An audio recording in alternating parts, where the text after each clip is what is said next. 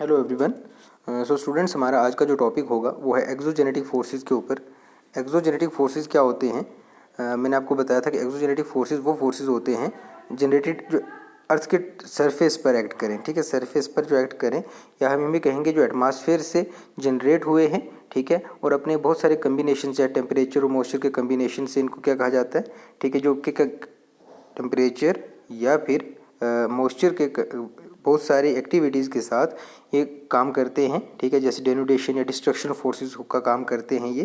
तो exogenetic forces simple language में वो फोर्सेस होगी जो अर्थ एटमॉस्फेयर से जनरेट हों और अर्थ पर एक्ट करें with the variations in temperature and moisture. Okay, अब हम ये कहेंगे कि these forces are continuously engage in the destruction of the relief feature.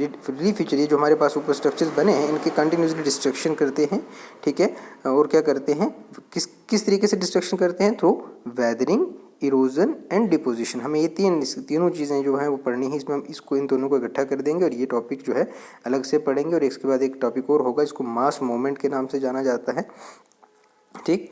तो देखें क्या होता है,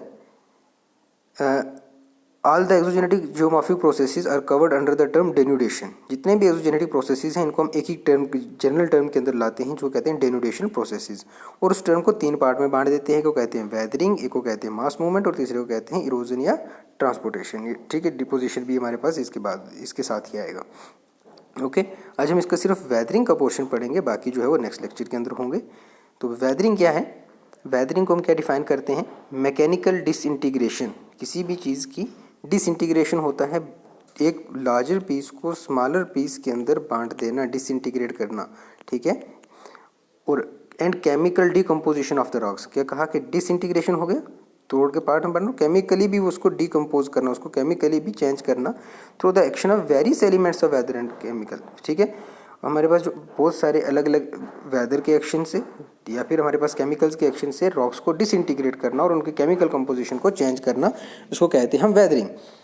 अ very little or no motion of material take place, ये इसमें बहुत कम या कोई भी मोशन या इसको हम कहेंगे मूवमेंट है वो नहीं होती मटेरियल की। यानी ये रॉक अगर यहाँ पर है, इसको रॉक को जब ये टूटेगा, ठीक, ये रॉक है, एक सेकंड मैं आपको दोबारा समझा देता हूँ। इसमें मान लो आपके पास ये एक लार्जर रॉक है, जब भी हमारे रॉक के पास टूटा, अब ये स्मॉलर पीस के अंदर टूट गया इस तरीके से, तो ये कहीं पर मूव नहीं करेगा, ये एक ही जगह पर, अपनी इसी जगह पर ही ये इसके साइड पर टूटेगा, यहीं पर रहेगा।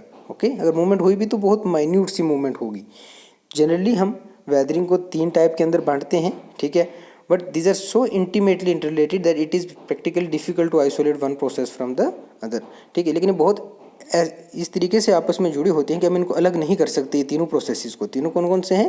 पहला है फिजिकल वेदरिंग को हम क्या डिफाइन करते हैं? Disintegration of rocks due to temperature variation, frost action, wind action and moisture and water. कि जब क्या हो, रॉक्स टूटे, बट किसकी वजह से? ड्यू टू वेरिएशन, जब वेरिएशन हो यानी चेंजिंग हो, चेंज किसकी वजह से हो? टेम्परेचर की वजह से हो सकती है, मे बी फ्रॉस्ट जिसको हम कोहरा कहते हैं उसकी वजह से हो सकती है, वो रॉक जो टूट सकता है, या फिर विंड के एक्शन से भी रॉक टूट सकता है, ठीक है, या मॉइस्चर या वाटर के। तो जब ऐसी ये सारी एक्टिविटीज़ एक रॉक को डिसइंटीग्रेट करें, वो कहलाएगा आपके पास फिजिकल वेदरिंग। ओके, ये देखें यहाँ पर, जैसे मैंने आपको बताया, यहाँ पर है कंटिन्यूसली, यहाँ पर स्नोफॉल से कवर्ड रहा ये माउंटेन। अब स्नोफॉल ने क्या किया, पानी इसके जो है रॉक्स के अंदर पी पिन हो गया, सी पिन हो गया। उससे क्या हुआ कि ये रॉक्स जो है पूरे का पूरा पहाड़ अभी छोटे छोटे पार्ट्स में पड़ गए। देखो यहाँ पर जैसे छोटे छोटे पोर्शन दिख रहे हैं, इसको हम कहेंगे फिजिकल वेदरिंग।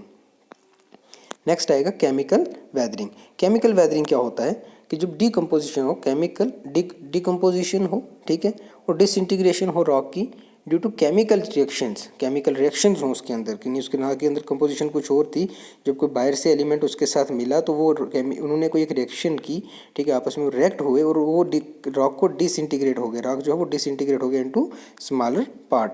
जिसमें आपको देखें क्या हो सकता है, वाटर वेपर्स और वाटर जब मिक्स होते हैं एटमॉस्फेरिक गैसेस के साथ, ठीक है, मेनली किसके साथ? कार्बन डाइऑक्साइड के साथ, और एक सॉल्वेंट बना देते हैं।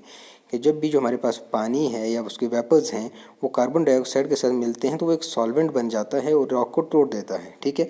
इसके अंदर कौन कौन से प्रोसेसेस हो सकते हैं रॉक को तोड़ने में? वह oxidation, carbonation, solution, hydration, chelation या फिर हाइड्रोलिसिस, ठीक है। ये एग्जांपल्स हैं इसकी जो केमिकल वेदरिंग होती है। ओके, उसके बाद आ जाता है बायोलॉजिकल वेदरिंग। बायोलॉजिकल वेदरिंग क्या होता है? कॉज्ड बाई ऑर्गेनिजम्स, जो ऑर्गेनिजम्स कॉज करें, चाहे वो प्लांट्स हों, एनिमल्स हों, फंजाई हों, ये सब जब कॉज करें उसको हम कहते हैं बायोलॉजिकल वेदरिंग। बायोलॉजिकल वेदरिंग क्या कर सकता है, can work hand in hand with physical weathering. Biological weathering, अब मैंने पहले बताया था कि प्रोसेसेस जो इंटरलिंक्ड होते हैं, ठीक है, कि जैसे पानी उसके अंदर पीप इन हुआ, वो पानी जब उसके अंदर गया तो उसने जो वाटर के अंदर पानी गया तो ये फिजिकल वेदरिंग का पोर्शन काम किया उसने। अब जब अंदर गया उसने केमिकल रिएक्शन किया, उसने भी ब्रेक किया, और जब थोड़ा सा वहाँ पे जगह मिली वहाँ पे कोई प्लांट ग्रोथ करने लग गया। तो ये देखो एक ही प्रोसेस के अंदर वेदरिंग हो रही है, ठीक है। ये इस तरीके से हम समझ सकते हैं। देखो ये होता है बायोलॉजिकल वेदरिंग, कहीं पर प्लांट के ग्रोथ करने की जगह मिली वो वहाँ घुस गया। अब इसकी रूट्स जो हैं वो हर साइड फैलेंगी, तो ये क्या करेंगे, रूट्स इतनी ज़्यादा उसके अंदर फैल जाएंगी कि एक टाइम आएगा कि ये जो ये है और ये पोर्शन अलग अलग हो जाएंगे, ये वेदर्ड हो जाएगा, रॉक टूट जाएगा, ठीक है। ये देखें यहाँ पर इस एक प्लांट ने इसको कितने पार्ट्स में बांट दिए, छोटे छोटे पार्ट्स के अंदर बांट दिए, इसी को हम कहते हैं वेदरिंग। ओके, ये है केमिकल वेदरिंग की एग्जांपल कि भाई यहाँ पे इस रॉक के जो कॉन्स्टिट्यूएंट थे, रॉक के अंदर जो मिनरल्स थे वो इस तरीके से थे कि भाई पानी के साथ ही मिक्सअप हो रहे हैं, ठीक है, पानी के साथ इसको पानी एज ए सॉल्यूट एक्ट करता है और ये सॉल्वेंट मिक्स बन जाते हैं, ठीक है, और ये टू अलग अलग इसमें एक्शंस होते हैं, तब जाके क्या होता है कि ये जो वेदरिंग इनकी हो जाती है, ठीक है। Thank you very much.